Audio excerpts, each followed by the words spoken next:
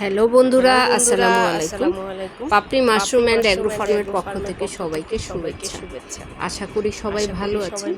যারা মাশরুম চাষ করে বাদকৃত স্পোনটা ফেলে দেন, তারা ফেলে না দিয়ে এভাবে জমি তৈরি করে, ছাদের উপরে জমি তৈরি করে আপনি শাকসবজি বা যে কোনো শাক বা যে কোনো ধরনের শাকসবজি আপনি চাষ করতে পারেন।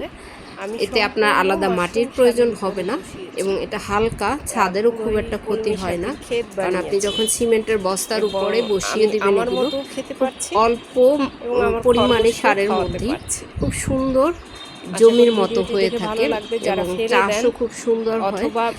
আমার কলমি শাকগুলো আমার খরগোশের জন্য আমি চাষ করে থাকি। ওদের খাদ্যের জন্য এখানে সাথে ঘাসও আমি বনে দিয়েছি। খুব সুন্দর ওদের খাদ্যের জন্য আমার জমি আকারে বানিয়ে আমি চাষ করতেছি।